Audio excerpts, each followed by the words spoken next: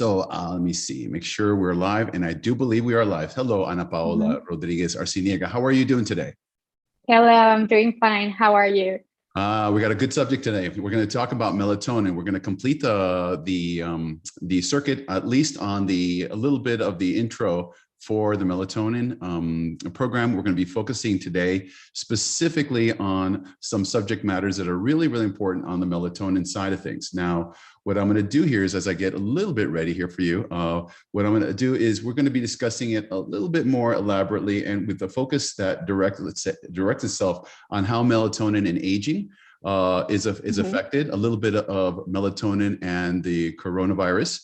Doing it with particularly understanding the difference between phytomelatonins or melatonin itself, test cases, as well as some literature review as to what the new concepts are in the melatonin arena. Now, as we discussed early on, I'm going to present the screen here. We found out that melatonin is a really recent addition to modern medicine. Now, it was first segregated in the 50s, and really even plant melatonin, which is the phytomelatonin as it's called, was discovered later in the late 90s. However, we've heard about it specifically as it came into the world in around the mid 80s. Was specifically for, let's say, jet lag and to reset our time rhythms. Since then, we've learned so much about the human dynamics. And what has happened is as we've been able to see those things, I'm going to present my screen here. We've been able to understand the vast connection that melatonin has and brought upon the entire system. Now, last time we discussed that melatonin is not only a product that that affects the brain, and it's actually receptors are throughout the body, such as the eyes, the brain, the lungs, the heart itself. It's like almost a mitigating or an announcer of a new phase for a change when it elevates in the bloodstream, such as it launches into the night sleep. It also has receptors in the digestive tract. It has in the ovaries, in the sex organs, in the liver. So the entire body is like listening in, and melatonin seems to be the product that is produced from the pineal gland that tells the entire organ how to function. Here's the crazy part. Now that we know that it's in our body and the receptors, we understand that how the vast areas that it affects. We're learning today also, not only there, but we can see, and we'll discuss this in a few minutes, how it actually is in different parts of plants. So different receptors, like let's say the leaf has certain receptors. So the stalk the roots have different receptors for melatonin. So this is a very important little chemical that really has a large, vast, dynamic approach in the things that it actually affects. Now, we know that it actually starts at early ages of a life cycle, and we're going to be discussing those particular dynamics. So as I do this, Ana Paola is going to be discussing a little bit as we interject here, and she's going to go deep into, not a little bit, but she's going to go deep into the subject matter as a master nutritionist and someone who individually works with a lot of patients, and she has a clinical practice. That's why we're both clinicians and we both deal with people, and we're not someone that is stuck in a lab, though we appreciate that, but we have real life experiences with live individuals. And whatever we can do to help our patients and to bring them a better or a more normal life, okay, in today's crazy world, well, we're going to be making huge strides in their health processes. So welcome, Ana Paola. How are you doing again? You doing pretty good? I'm doing pretty good, and I'm ready to talk a little bit about melatonin throughout the life cycle, because it actually has a lot of information about it, and it is very, very well studied in depth. But actually, they have seen a lot of different reactions, and no one can really tell you how melatonin works. So, or how the secretion of melatonin actually is, or if that's like something constant during the night. So that's like yes. the main thing that we have to take into account. Anna, you mentioned something very important. Aspirin. People do not know how aspirin works, okay? In many ways, we know it's an anti-inflammatory, but the vast effects of it is different. Melatonin is the same thing. We are in the beginnings of the learning of understanding of what it is. So bear in mind, we are no longer in the position where it's new to us, but we are learning. We're learning about it. So you're going to mention here, where do you want me to go? Do you want to use this graph here, right here? Yeah, it's okay. So I want to talk a little bit about how melatonin expresses throughout the life cycle. And of course, we have to start as a baby. So I don't have any babies or anything, but I'm going through all of the studies with my lactation program, and it actually mentions that babies are not, well, they don't really secrete a lot of melatonin concentration or high levels of melatonin until the age of 6 months. But the melatonin that is giving through the baby, through the mother, actually is really great. The amount of melatonin inside of milk, of maternal milk. And it actually raises from the first month of life all throughout the 3rd month of life. And right after the 6th month of life of the baby is where the baby starts to produce his own melatonin. So that actually is, well, it's highly associated with the fact that a baby that's 6 months of age can start staying asleep for a long period of time. So that's actually where the mom and the dad start to relax a little bit more in the night, and all of the breastfeeding pattern, it starts to slow down throughout the night. So that's like a great, Anna, this brings, I think it's a great, this brings a very clear, a lot of memories. Yeah, a lot of memories. I have my daughter, and I remember walking in the middle of the night, and she's just looking at me, just like walking at me, just looking at me like a radar.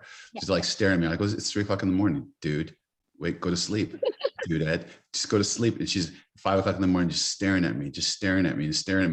Man, she started screaming after about the 3rd week, and we didn't sleep till like 6 months after that. So at that point, it makes perfect sense that a baby does not produce as much melatonin. So where does the baby get the melatonin? Because they do get affected by the melatonin. Oh, from the mother's milk. So that's like a huge part of why you should breastfeed a baby, because I have never seen a formula that says melatonin, it contains melatonin. How much melatonin? We don't know, because it actually fluctuates. And actually, there's like a lot of information that says that melatonin starts to rise up from the moment of from the first month of pregnancy all the way throughout the 9th month. So, and then it slowly starts to decline after the mom gives birth. So that's another thing. We don't know what kind of concentration or exact concentration the mother's milk has. And it actually fluctuates. In the morning, the quantities of melatonin are not that high. And all of a sudden, in the night, the breast milk has a little bit more concentration of melatonin on its content. So that actually is the melatonin in the first months that allowed the baby to fall asleep like briefly. So it's kind of, it might be an emotional connection. Of course, it might be a very high emotional connection and a clear emotional connection, but chemistry plays a big part of how a mother is allowed to provide that calmness to their baby. So it's very important. There. When you mentioned that, it really gave me a little bit of understanding as to the suprachiasmatic nuclei. I want to bring that in here a little bit here when we look at the anatomy of where the pineal gland is, which is the thing that produces it. Now, a lot of things that are It's in this area now, right in that area right there. If I can look at that picture, I don't want to make it too big, but what happens is it sits right behind the optic nerve chiasm. So it's called the suprachiasmatic nuclei. So it actually launches and is produced based on lighting that comes in the eyes. So and the reason I say that is because what you're talking about right now, specifically about maternal milk, okay, it's important that as these studies are revealed that, and women know this, that they basically start, doing, at least getting the milk ready in the dark, and actually it produces melatonin. Can you give some insights into that? Yes, right. It is very important, and this is something that it's kind of basic for us to know and for everyone else to know, to really respect the way that light enters into our life. So we have to wake up in the morning, go get sucked by all of the light from the sun, and then slowly throughout the day, we have to dim the lights down. We don't need to have all of these huge appliances with the light and with the screens turned on, because that will actually mess up your melatonin production. You're right. But what is actually recommended for the mother is that if they are using a breast pump, it is very recommended for them to actually differentiate the milk that is expressed in the morning and the milk that is expressed in the night, and to give that milk either in the morning or in the night. It's very important for mothers to respect those times when they are pumping. And if they choose to breastfeed, it's very important to make the last breastfeed in a calm, relaxed, and kind of dark space. So do not turn on the lights. You don't need to turn on the lights in order to give the last breastfeed of the day. So that is actually very important. That will allow the melatonin to fully come down from the milk. Another thing is that milk production, milk secretion, milk extraction is purely hormonal, and melatonin is a hormone as well. So we have to be very conscious about why is the pineal gland so close to the hypothalamus, and how they work together in order to secrete all the following hormones in order to provide that lactation supply. So yeah, I got to tell you, you know what? I love these pictures because, as I was mentioned earlier, right here, that's where the suprachiasmatic nucleus lives. That's the eyeball. As soon as the light comes in, it stimulates its production. So it's amazing how fast and how quickly that the reaction is by, like you indicated, the lighting. Now, if someone's having a tough time with lighting, I mean, we have simple, I mean, just put one of those covers. That makes a big difference in terms of the ability to do that. Go ahead, shed light on that. Oh, I was actually going to mention the fact that there are a lot of studies that include patients, like blind patients, because it's very important. They don't have that modulation of melatonin because they don't see. Sometimes they kind of see some. I really don't know how that works, but they have a lot of sleeping problems due to that suprachiasmatic signals that our eyes provide. So it actually plays a big role on how you're going to secrete melatonin. How is your body going to react to all of the melatonin signals? Because as we see, it plays a very important role in sleep, but it actually, I feel like it's the agenda of the body. So it says like, hey, I'm going to stop my secretion, but you need to work cortisol, you need to work glucagon, you need to work estrogen. So I'm going to fall asleep, but you get to work. So it's the one that is actually giving the orders to all of the different tissues that have either MT1 or MT2 receptors. So it plays it's kind of a multitasking hormone. That's the way that I saw most of the studies called melatonin. It's a multitasking hormone. So it reminds me of the Ricola commercial, right? So it's like Ricola, right? You could hear like woo. woo, it's like it launches, and everyone in the local town kind of starts hearing, okay, we got to do something, right? So as soon as you got that commando going off, we have a start of a militia of metabolism that is basically going out throughout the body. What doesn't escape me, Anna, in this process is how important it is from the beginning of life, and it changes and it adapts as we get older. Go ahead. Yeah. So actually, the highest level of melatonin were found in those babies that were like from 1 year old all the way to 3 years old, and then they start to slow down.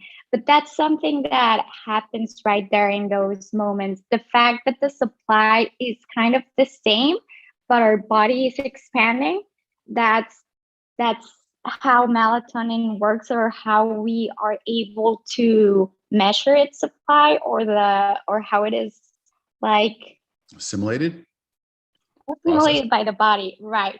So that is one of the most important things that we have to take into account, the fact that while we're growing, our melatonin receptors are not going to be able to fully grasp melatonin, and that's where all of the different sleep disorders that come with age will start to develop. So this topic is just from the first years of life, all the way through maybe 30 or 40 years old, because as age starts to develop, our suprachiasmatic nerve and our pineal gland start to calcify. That's actually what happens, and then it stops secreting those large amounts of melatonin. So when you say that, I remember my grandmother, she was always up. I mean, literally, she went to bed early. Okay. She'd be in bed by 9 o'clock, and she'd be screaming at us to get some sleep, but she was always up at literally 5 in the morning. And it was like, what's up, lady? Listen, you need to go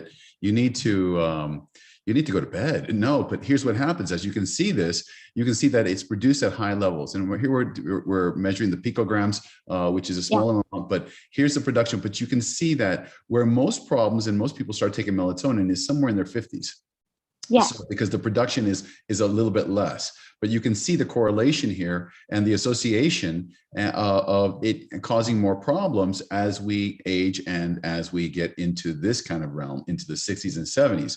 So when we see our patients, typically, the people here in this area here in the 30s and 40s, they're having fun. They're able to sleep better. But you know what? In today's world, because of stress, because of COVID world, right? We're totally off. I mean, we don't get the sunlight. People are working from homes. For months, we spent indoors, and we didn't understand what the effects were. We're seeing the consequences of that. So it's a very important to be able to see exactly the timelines as to what's going on. Now, in terms of melatonin, if we go back to this graph, and what's very important to see is that you can see that melatonin at a certain age, somewhere around here, is puberty. Okay. There is a signaling process that the body immediately goes down. So there's a lot of school of thought that discusses before puberty, okay, the effects of melatonin. Can you add a little bit of knowledge on that, particularly, and drop some knowledge on us about melatonin in children? Because I think that's important to understand that though melatonin is used, the studies, though they don't show definitively that it causes it, but the body by its nature has the ability to say, okay, it's time to stop that. It appears that there's a timing which it signals to the pre-puberty to go through puberty at that point. So there's a school of thought, does this delay puberty or not? So what's your take on that? Well, actually, melatonin supplementation didn't show any kind of delayed development in children or prepubertal patients. So that's a thing that we have to take into account. But as I said before, there are a lot of factors that play a huge part of this melatonin drop.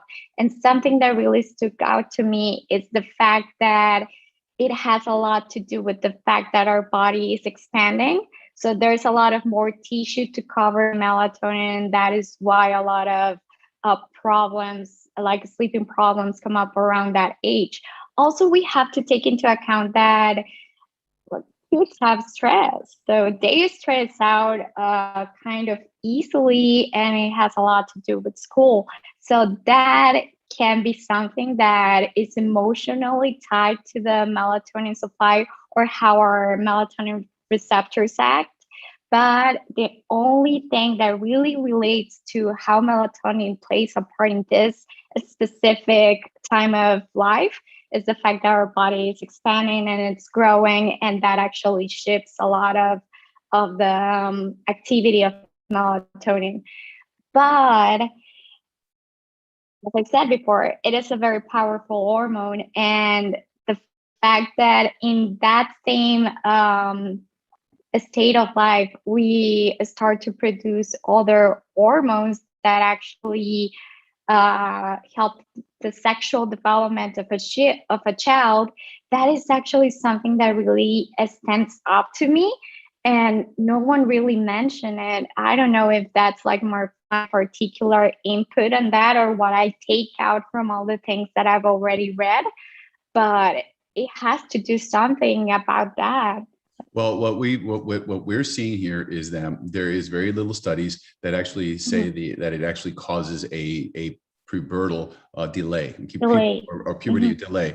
However, in just out of, because one of the things is that we don't want to, and it would be kind of like illogical or probably inappropriate and unethical to test melatonin on children at this point. That's another thing.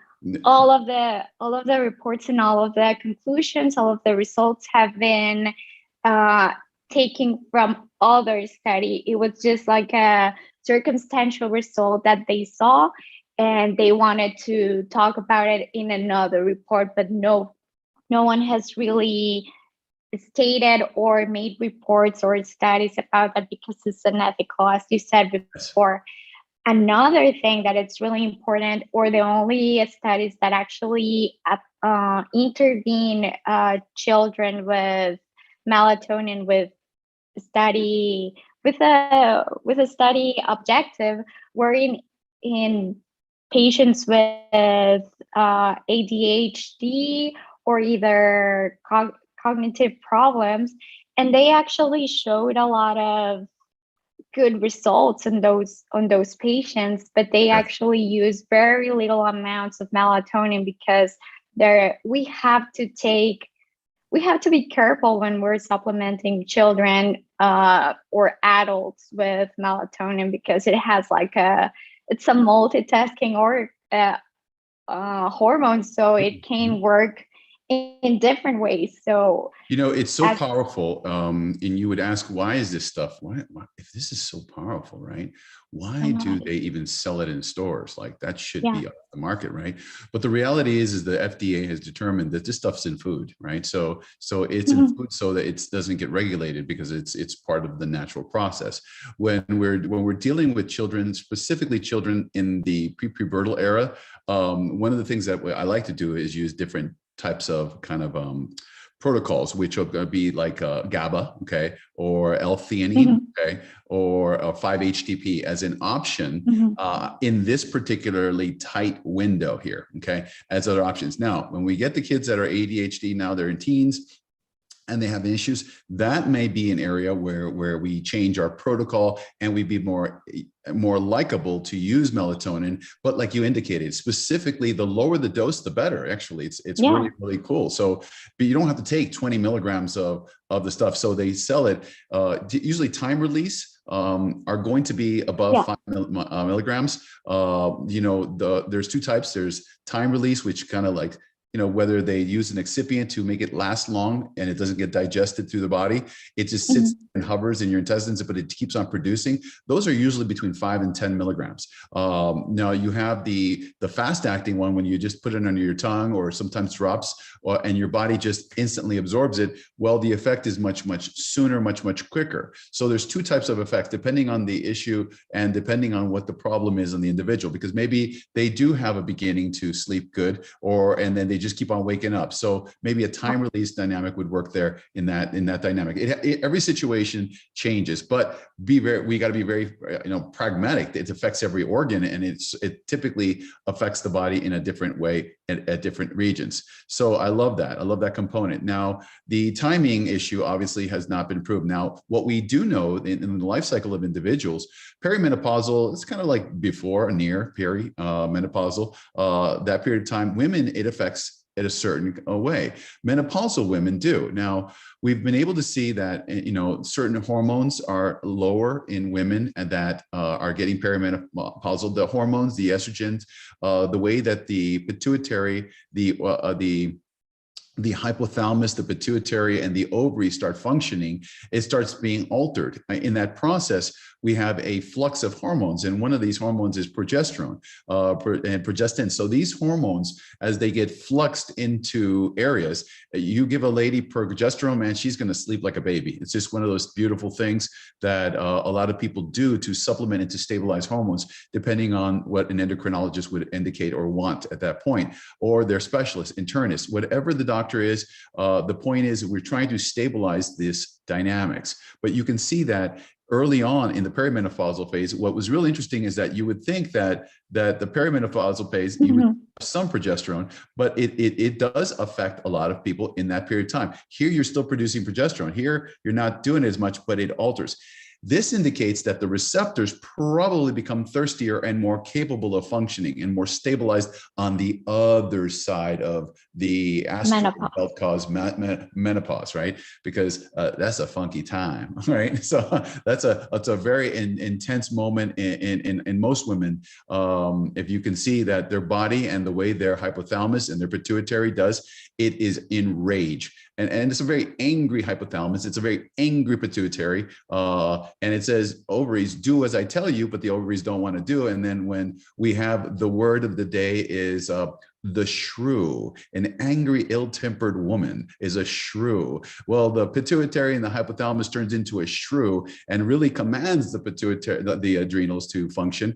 And in that process, what does a woman feel? Absolutely a nightmare of heat, flashes, hot flashes, sweating. The body is raging. Listen to me, ovaries. But all this kind of stuff happens in the pituitary right next to the pineal gland. So it's a little bit chaotic in its dynamics, and it does tend to cause a drama during these periods of time. So depending on the individual, you will see that during this perimenopausal phase, you'll have a lot of women suffering from what? What do you think? I think hot flashes. Hot flashes at night. Exhaustion. And that has to do with melatonin drops. So yeah, and then usually women are very happy during those periods of time. Not. Yeah, but that's, what, you almost figure out, where did this all happen as we get in our biblical ways? God said he was going to punish us, right? So shouldn't have eaten apple. Oh, man. Or the male should have been responsible for saying, I ate the apple, and not blaming on Eve, right? So a lot of things have happened as a result of this, right? So as we look at those dynamics, we can kind of go into Bible class about that. We'll talk to Cruz on that too.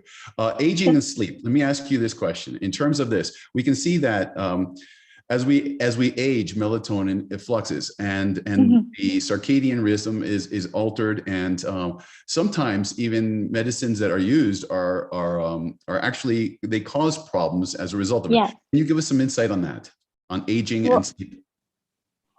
Aging, sleep, and chronic diseases most of the time, because a lot of studies show, most of them in hypertensive patients, that they lose that ability to have like a great night's sleep.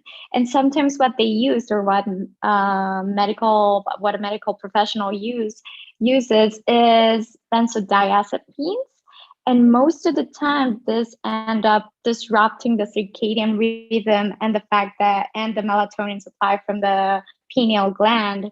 So that's something that really stood up to me, that the fact that we go and treat people like in a very aggressive way, instead of going and playing along with the biology and how the things should be, actually messes up the circadian rhythm of the patient.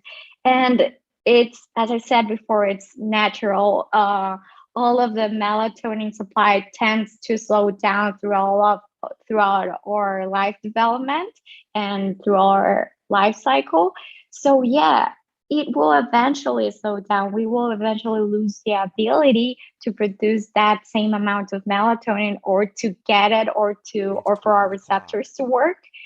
But we can treat it easily with melatonin supplementation, and with just a small amount of it. And you mentioned something before that is really important: the fact that melatonin supplementation comes in a fast working kind of momentum right there, or it can either be with a slower supply of melatonin from that same like a continuous release, right? Continuous release. Yes, right. So that's the thing that it's really important. The fact that most of the studies support that the continuous release melatonin supplementation actually works better for better night sleep. It actually contributes to the quality of sleep, and it's associated with the fact that it can protect the brain, or mostly the brain, from deranging and from contributing factors that will end up being Alzheimer's disease. So I like that derangement. Look, there's derangement. I like that derangement. That's how I feel when you don't sleep. If you don't sleep, your brain doesn't function. Your sleep and the stages of sleep are important to be able to go deep into the zones through alpha, theta, gamma, and those beta waves. Different types of sleep are important for us. So to be able to start the process, to announce to the body, bro, it's time to start sleeping, right? So we got to go through almost a level of, and we deal with melatonin and sleep. It's not only hand in hand, but we're learning that it has other issues. But it's important to understand how it affects the body in so many drastic ways. This is kind of like the mechanism that tells the body, you need to bring it down, bro. Okay, you need to bring it to the point where you need to go to bed. And if you don't, we're going to start having a reactive oxygen species. We're going to start causing inflammation. We're going to make your night a living whatever, and it's going to be causing a huge dynamic change. So when we look at this, it alters temperature. It alters the body's ability to raise its body temperature, its core temperature. So we know that the cooler we are, the better we sleep. So when you're in a deep sleep, you tend to get cool. If the melatonin doesn't reach at certain levels, you may increase your body temperature and wake up. So sometimes melatonin is even used, and we notice that in continuous release, it keeps the body temperature low, allowing you to go through the processes of just cleansing the body and going through the recovery stage.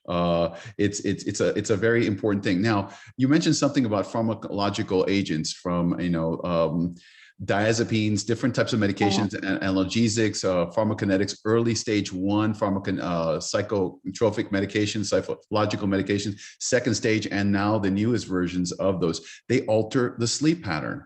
And many people come in as a result of, in our particular type of practice, is an injury-based practice. So we have trauma, accidents, and they start by taking these pain medications, which guess what it does? It messes with like areas from the deep chiasms or the suprachiasmatic nucleus, also the reticular endothelial tissue, which is at the base of the medulla, which actually stimulates and controls the sleep pattern.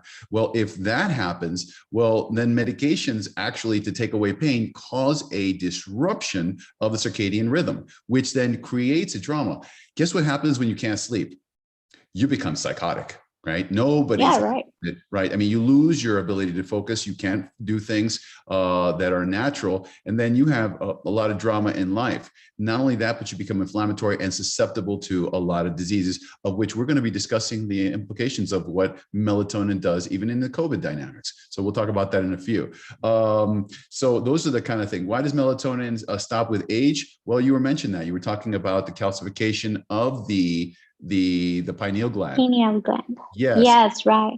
Tell me a little bit about that. That's something that really stood out to me. Melatonin actually plays a huge role in the immune modulatory sense way.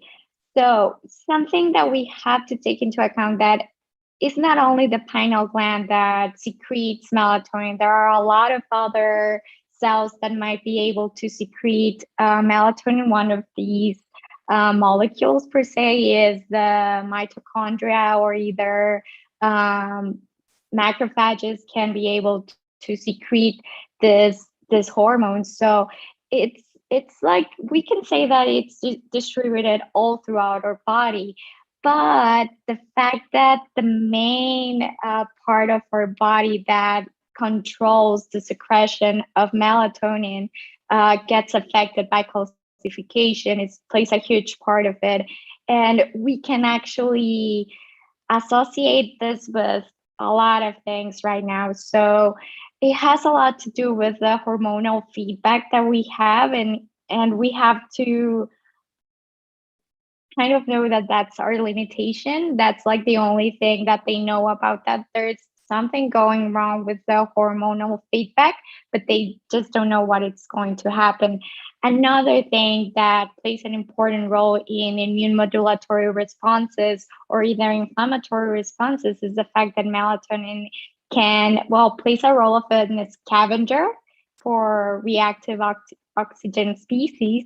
And once the secretion starts to slow down, then reactive species will eventually rise up to the matter, and all of this oxidatory process will come along.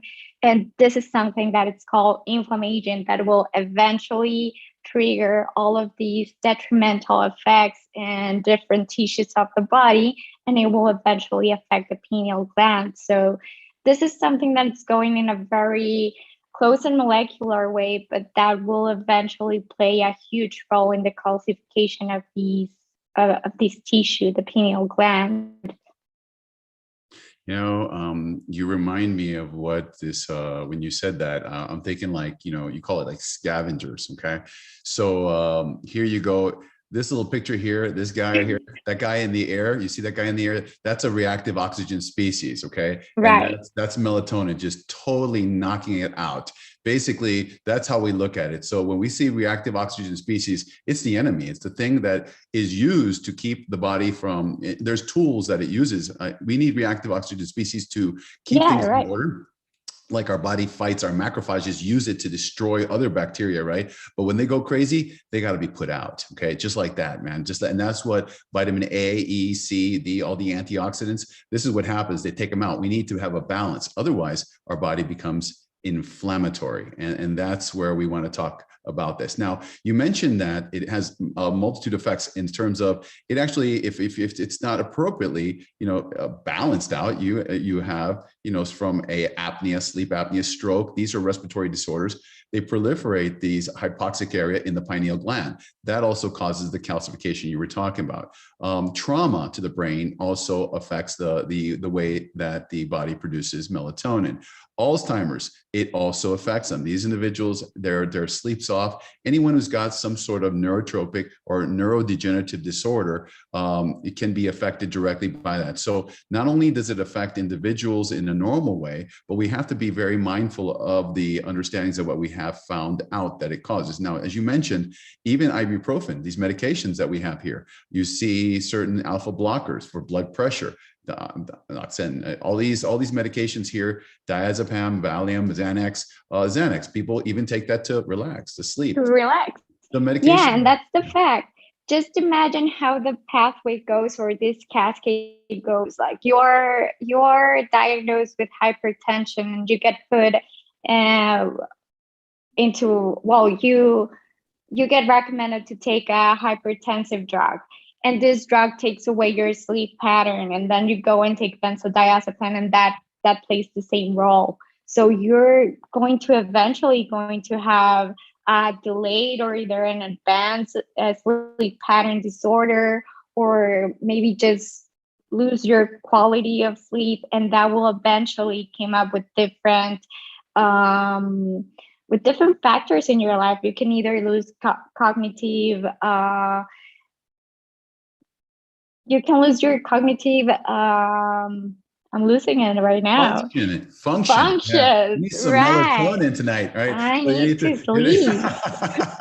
Well, listen, the truth is we're all suffering from that, but it's really good to understand that the night, inadequate darkness at sleep, cover your eyes. I mean, simple things like that. Just a simple thing of a nice little cover. I look like a freak when I'm sleeping. I have that little mushy, and when I can't find it, you know what I do? You know what I do when I go crazy?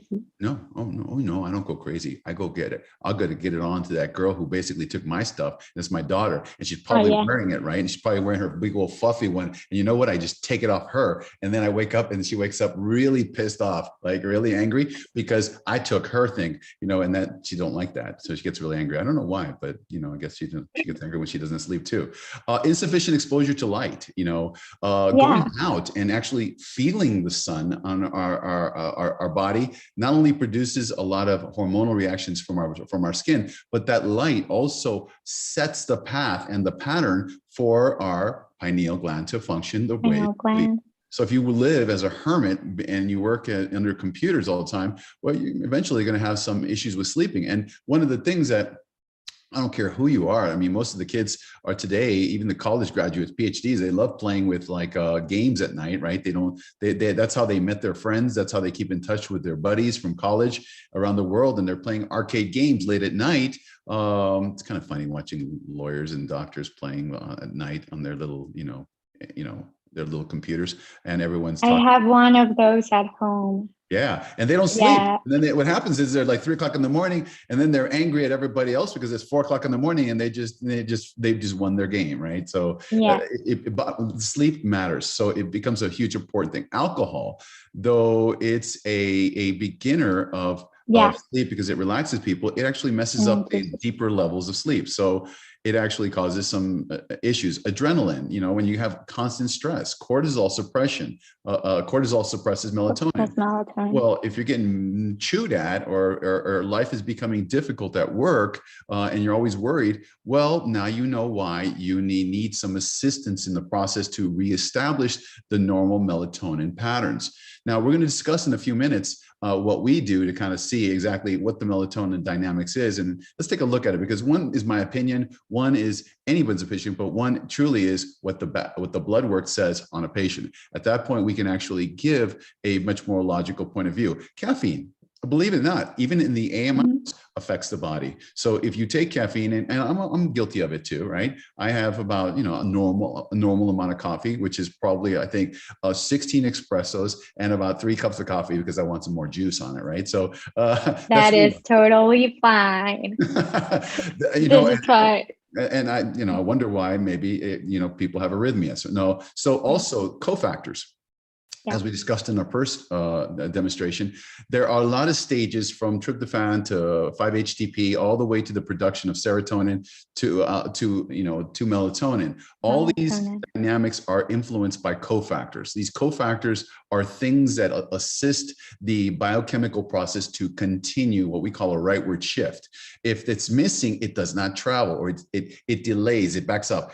Just like in Somalia. Was it Somalia, or what was it? Where was this boat that got stuck in the river? You saw that? It was no, I don't remember, but the Euphrates River, something like that, right? Where basically the darn thing backed up and literally the whole world stopped, right? Because it was not, little communication, all the Middle East and all the medications stopped, right? So it goes to show you that if you don't have the right cofactors and the progression in a normal direction, literally all systems stop producing. One good example of a biochemical process is photosynthesis. For example, you need light, you need water, you need energy, right? If you don't have it, you don't have photosynthesis, right? It doesn't progress. Cut the water out, not that much photosynthesis. Cut out, the light, it stops it, right? So we are dependent upon these cofactors, B3. We were just talking about that earlier, vitamin C, zinc, all these supplements that we talk about, from iron, BH4, we can see what actually it needs to do. Now we can actually assess those to see if you're missing that or not. We got to figure out where the process is. Now, theorized that melatonin supplementation can neutralize reactive oxygen species. Yeah, that's what I'm saying. We're going to take out those reactive, crazy oxygen species that go crazy, causing decay, causing inflammation. Okay, so or either like microorganisms or bacterial LPS has been stopped with melatonin supplementation. And another thing that we have to mention is that actually neurogeneration goes and plays a huge part of our sleep cycles.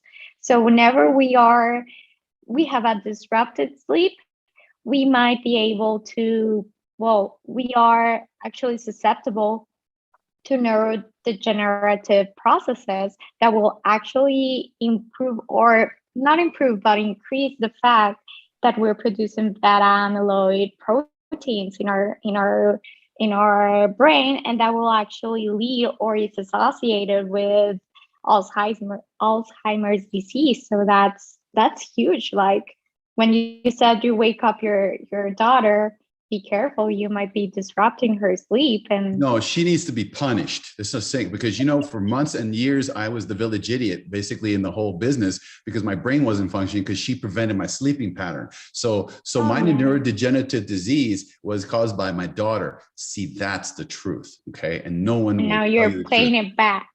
No. We have a good relationship. She's just, she has nothing but love and contempt for her father. That's a good word. She has contempt. So between the shrew, the angry, ill-tempered woman, and and contempt, I live a very entire life. But I'll tell you what, melatonin finally balance is a really good thing. The picture here we can actually see here. This is the pineal gland. You can actually see when we look at bone, it's very circular and it's calcification. This is mesenchymal cells. Here we're actually seeing that inflammation causes a protection mechanism to calcify the pineal gland. This is a pineal gland. You can see that these pineal glands are actually functioning and they're nearly calcific, right? This is because it's inflammatory. And when you see this kind of stuff, you can actually see that reactive oxygen species or regular inflammation really limits your body and actually prevents your body from functioning properly. So I got people that have had constant, enormous amount of stress. They eat every bad food that you could probably do. This over time, the consequence is there. It ends up being a problem when they're in their 70s and 80s years old. So we got to be very mindful of those things. So I know we were talking about the pregnancy and lactation in terms of the melatonin. And by the way, you're a specialist in la leche. Or how's that work there? Go ahead and tell me a little bit about your specialty. Go ahead. All right. Certification in breastfeeding as a breastfeeding specialist. There you go. That's right, because that's important, something right? Like so that's huge. So when we look at this, we start looking at the trimesters, the second trimesters in third semester of the melatonin production. You know, it's almost as if the body during the process of pregnancy, okay, actually goes through a we call it trimesters. No, there's a whole new set of processes that happen at each stage, right? It's just not like it just gets better and better. No, the body, through these announcements of melatonin changes, announces changes in the dynamics of neurodevelopment and as well as development of a child. So it plays a big role in those components.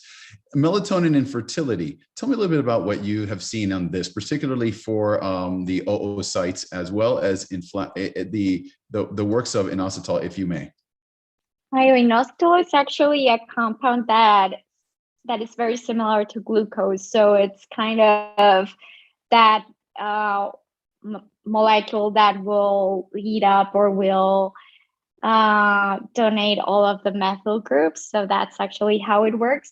But a lot of studies have found that melatonin has a lot of benefits with fertility. So this, I really just can't tell you how it works. It's like a very specific thing for me, but it was actually found that the fertilization rate was 50% higher with the melatonin treatment.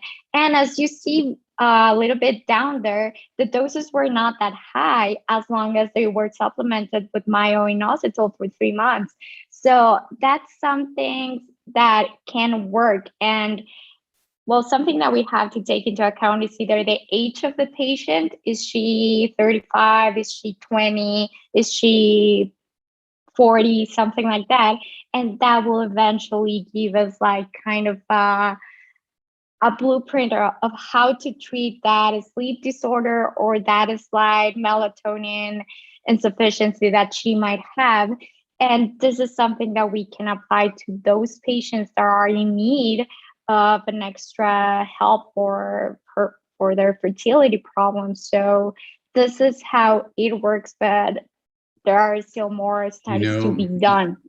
The works of minoxidil have been, and as you indicated correctly, it's really, really a blood sugar regulator as well, too. So in disorders like fertility issues and disorders like PCOS, polycystic ovarian syndrome, PCOS, minoxidil is used to establish its norm. So the use of it really, really, when we're producing the improved oocyte production, well, too many oocytes are the follicles through as they go through the ovary cycle. And if you got more than 25, and you can actually see these things on MRI or even ultrasound, you can actually see them expanding. If it's that way, it's polycystic ovarian syndrome. So what happens is, as one of the components of it, using minoxidil is a good dynamic that has been used in the past. However, this is one of those things that we have to, every person has an individual dynamics that we have to see. Let me go over to melatonin, lactation in newborns. We went over that. And let's talk about the foods area. So let's first understand that it's a ubiquitous molecule in nature. It's everywhere, okay? And therefore, that's the reason that there's no control at the FDA level. Because it's everywhere. It's bioidentical to humans. It's phytomelatonin is also produced in plants. That's the version that the plants are discussed. Melatonin is was from bovine, that was kind of or animal kind of based. In terms of this, we discussed this earlier. The dynamics of seeing how many areas it affects the plant itself. So what type of diets really have a lot of plants in it? Well, the Mediterranean diet. That's why the Mediterranean diet is huge. And it's a big a type of a diet that we do recommend people to establish the norms on that. Do you have anything to add on that particular? Because we want to go ahead and make sure people know about the melatonin and plants. Well, something about melatonin in plants is that it actually regulates the growth spurt of these plants. So it actually works very kind of like the same in a plant than in a human. So when they say like, you're basically a plant, take water, take your sunlight and everything, it's like maybe melatonin has to do a lot on that. But yes, and something that actually stood out to me is that melatonin content actually is different in the leaves or either in the roots, and they fight radical oxygen species, and they can protect from an excessive UV exposure. So maybe I should start adding some melatonin to my plants in order to get some more growth from them. You know what? I was thinking the same thing myself. I'm a plant lover. I sit there and talk to my trees all the time. So, you know what? I was thinking I'm going to throw a bottle or two at them. Maybe that's the way to go.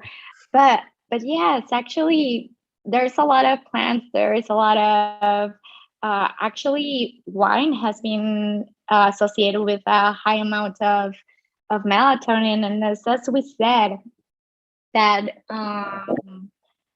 alcohol can actually prevent or delay our circadian rhythm, but we have to know that various plants and a lot of drinks and a lot of different foods contain certain amounts of melatonin.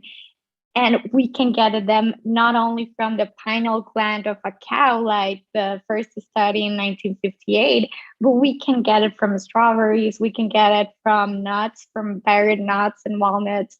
And actually, I think that the most important or the most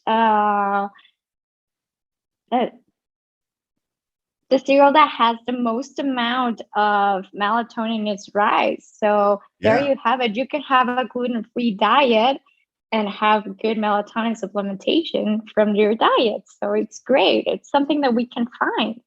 Yeah, my brother loves rice, man. He would always kind of like when it comes to the house, and if my mom made arroz con pollo or whatever the thing was, Yeah. you know what, that little punk was in the corner eating my food. And you know what, my mom would give me a plate, right? And she'd give me a plate. You know what he would do? He would eat off my plate. Well, you know what, Gus? You know what? I remember that. And that's why I didn't sleep so well, but that's okay. You can have all the rice you want, right? So sometimes we have to make sure that rice is very aware. Now, going back to this, sometimes if you're on a ketogenic diet, for example, and you're having a tough time sleeping, right?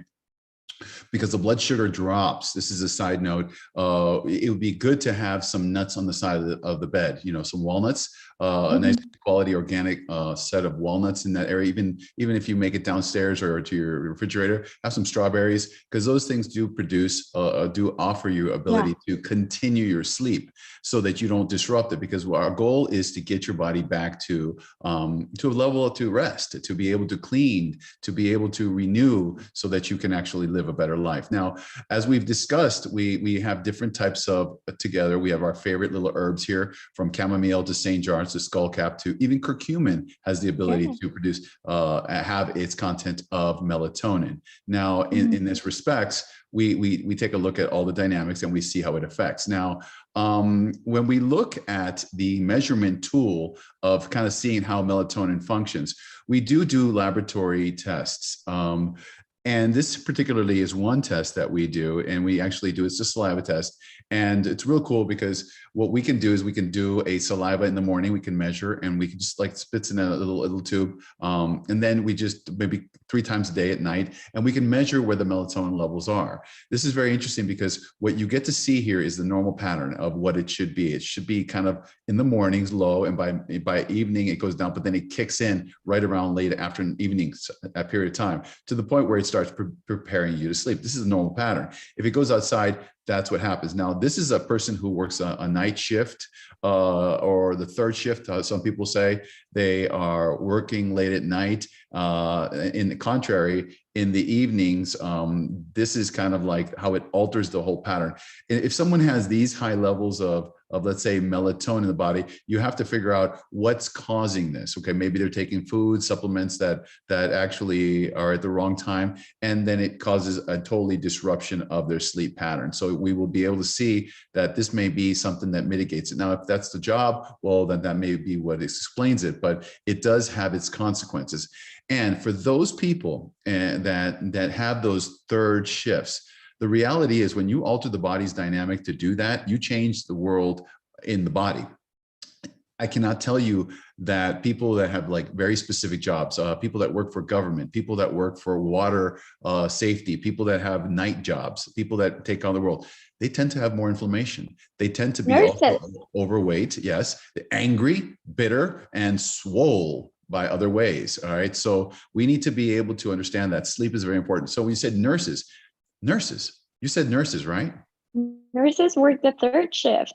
And actually, there's a lot of studies that show that that people who work like a night shift work, they tend to have like a little bit of more risk of developing cancer or Alzheimer's disease, or either have decreased cognitive function. So, I mean, we need to do something. Yeah, well, we got to keep those people alive too, because I'll tell you one thing, nurses, and this goes out to my nurses, and by trade, I have a license in nursing too. So the thing about it is that if we don't really get that, by the time a nurse retires, they are destroyed. Literally. What kind of life they would have? Yes, right. Yes, they're destroyed. I mean, because they've given their lives. And here's a side question. What's more important, the ship or the sailors? What's more important? That's a question for you. Oh man, I like ships. No, the sailors. Is it the sailor or the ship, right? The sailor. Well, that's probably correct from a healthcare point of view, right? So the reality is, if the ship goes down, everybody dies, right? So the ship is very important. So as an individual, as a nurse, our jobs as healthcare providers, as parents, as people that take care of individuals, and that goes for everybody. If we don't take care of ourselves, well, we are the ship. and then we destroy ourselves. And before you know it, we can't take care of the cellular, which may be our children or our family or people that are dependent upon this. So we have to really, really be mindful that we have to do what's right for our bodies. So walking in the sun is important. Maybe during lunch, instead of sitting inside the hospital, for example, go walk around the hospital. Walk around the hospital with your buddy, and go talk about whatever of life. And then when you got some sunlight, and resets the whole mechanical biorhythm that's going on here. Now, what we promised here is we wanted to talk about a little bit about of COVID and melatonin. So it's a very really important deal. We all know that we had this real, in America, we had this really not too well-known president, Mr. Trump, right? He wasn't too very popular, right?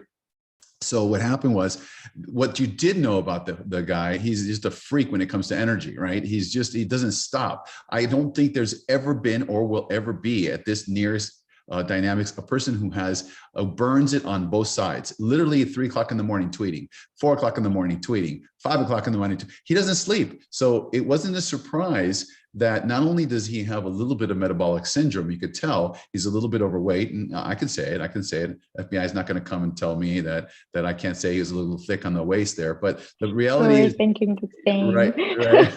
But we were all saying it, right? So what happens is we start noticing these patterns.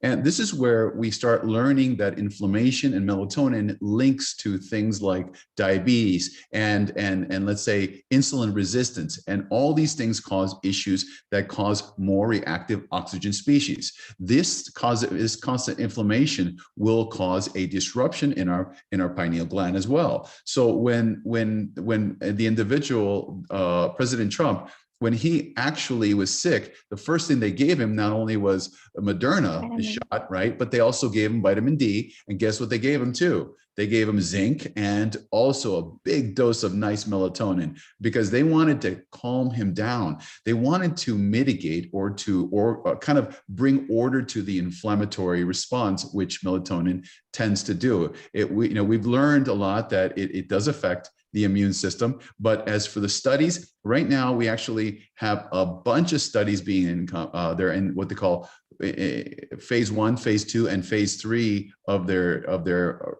moment where they're actually doing these random trial studies. And they're very, very, very, very elaborate. So as they're being done, they're now entering into the 3rd phase. However, the results of how it mitigates the COVID and how it helps in its actually entirety is still a confusion. So it would be irresponsible to kind of say, okay, it does fix it, but we do know it does help through different ways. Now, in terms of this, we know that melatonin increases the proliferative responses in lymphocytes of certain creatures, right? By increasing certain types of pro-inflammatory cytokines if it's diminished. So it actually helps activate the immune system. So that kind of seems interesting. So it activates it, but it also works on NF-kappa B, which does immune dampening. So it's the word for that, where it helps both things. It's actually got its hands on both sides, inflammatory and stop inflammatory. So it becomes the modulator is a good word, I think. Multitasking. Multitasking, immune modulation, right? So we do know that things like curcumin do the same thing with inflammation. Inflammation is important. Inflammation is necessary to live. However, it gone the wrong way causes a problem. However, this particular dynamics is one where it does the same thing. It modulates. So that's where the studies are coming in, and you can see that we can cite it. We also know that this particular cell is immune cell. It's a macrophage, right? So it's a monocyte, and it actually does it through paracrine effects. It actually produces melatonin. Oh, isn't that crazy? Our body produces it at different areas of the cellular metabolism. So this is very important to understand that even our own innate immune system has the ability to produce melatonin. So as you can see, world of 1980 was it helps you with sleep jet lag, right? Now we can see that it affects a whole lot of shebang, right? So as we kind of we start noticing, This is a thing that you love about. You love talking about inflammasomes. Tell me a little bit about the inflammasomes. NLRP3 inflammasomes. Well, actually, this plays a huge role in the COVID pathogenesis, because this actually starts the inflammatory response, or the inflammatory cascade that produces interleukin-1 beta and TNF kappa beta. So TNF alpha, I'm sorry. So actually, this is what will trigger an inflammatory response that will lead up to a respiratory condition that will end up being like this huge cytokine storm, and will be like it will actually affect the patient and will cause a huge inflammatory response. So what this happens is that melatonin can actually play a huge part as a scavenger of reactive oxygen species, because that is like the thing that triggers the NLRP3 inflammasome. So while the melatonin is taking out that ROS situation, the NLRP3 inflammasome can stay inactivated inside of the cytosol in the cell, and then all of the inflammatory processes will be delayed or even blocked, as you might say. But the fact that the virus is still there in the body could actually be something, and this can explain the fact that people might be positive COVID patients, but they do not have the cytokine storm effect. So this is actually what can cause that situation. Something that actually helps with delaying or blocking the NLRP3 inflammasome activation is the omega-3 and omega-6 ratio. Having a good omega-6, omega-3 ratio can actually improve the situation, but it's kind of a cascade. You know, when you were mentioning that to me, there's now people who are getting the vaccinations. They're seeing that there's an association, not a correlation yet, but they're making it that people who have a good night's sleep a few nights before getting the vaccination, they actually respond very well. That people that don't have a good night's sleep, they don't not only respond as well, but the immune reaction doesn't rise to the level that it titrates enough to be able to give them sustained immune response for the future. So in essence, the ability to actually sleep modulated by the monocytes and macrophages, the T cells, and they actually produce melatonin, right? This is a clear indicator of why the desire to learn about the associations of correlation and the causations of how melatonin affects the immune system is so important in today's world. We've known for years that it had to do a lot with RNA viruses and how the body was able to deal with it. But now with what has happened with us, we're actually seeing what's going on. So in terms of dynamics, we have seen trials with as much as 25 milligrams. Remember, we talked about most dosages are between 3 and 5, 25. You're given a huge amounts of doses. And even with that, we're noticing that pro-inflammatory cycle as well as biomarkers of stress are sustained. So even at high levels, people do survive really, really well. So sleep, inflammation, and mental health. Not too much can be ascertained as this component, and I mean that in a facetious way. You and sleep and inflammation really recovers a lot of disease processes. So not only does it help you with sleep, but it helps you recover and be able to deal with how your body interacts with the world. As practicing individuals, we look for cellular activity. We correlate things that we do in body composition. We evaluate body composition and inflammation. If a person is, let's say, a 40 BMI or a 50 BMI, or even the 70, levels of body composition at high levels of inflammatory markers are noted, we need to address the melatonin issue in those individuals. So not only do we look at cellular activity, but how cells are working together. So we use different techniques, phase angles, different body compositions, water, total densities, to assess these kind of situations on individuals. So our goal is to kind of see how the body responds in inflammation, because if we don't have good rest. Well, we have inflammation, we have diseases, we have diabetes, we have sclerosis, we have neurodegenerations, as you mentioned, right? So that's what happens. Chronic systemic diseases, low-grade inflammation. We're in pain all the time. How's that sound, right? So we have an issue of that started out with, let me sleep better, but no, we're stopping diseases, as you indicated. Cancers, okay? Diabetes, inflammatory, atherosclerosis. Osteoarthritis. Yes. Arthritis, right. Arthritis, arachidonic acid production, as you indicated with the omegas. There's a lot that we need to do and we need to evaluate. But when we assess our particular individual, we start seeing that not only does this stuff, we see how it affects the intestines. Believe it or not, serotonin and melatonin work together. Well, the gut makes it too. So it's one of those things where you can actually see it in the intestines, as you talked about LPSs, where lipopolysaccharides, the bacteria, those high inflammatory states are not kept in check without the proper sleeping or without the proper cycling. Well, the body gets disturbed and fatigued. This leads to disease and disorder, okay? Or an inflammatory reaction that goes awry, because remember, it was modulating. So it's modulating, so it stops it from going too far. So as that kid wants to go out and run into the track, well, there's mom grabbing it. No, you don't. No, you don't. I don't want you to be a little boy that doesn't want to grow up, because you're going to get run over if you go too far. That would be the cytokine storm, which starts a whole lot of inflammatory reaction, specifically in the pulmonary aspect. And you know what, we have SARS, and we have respiratory distress syndrome, when all of a sudden inflammation brings in fibroblasts, and before you know it, the fibroblasts close off the ability for the alveoli to breathe, and then there you go, a person who cannot breathe. They're just basically, the oxygen cannot transfer fast enough, and because of the excessive amount, they have a problem surviving, and eventually the lungs give out, and we have the drama that we had before.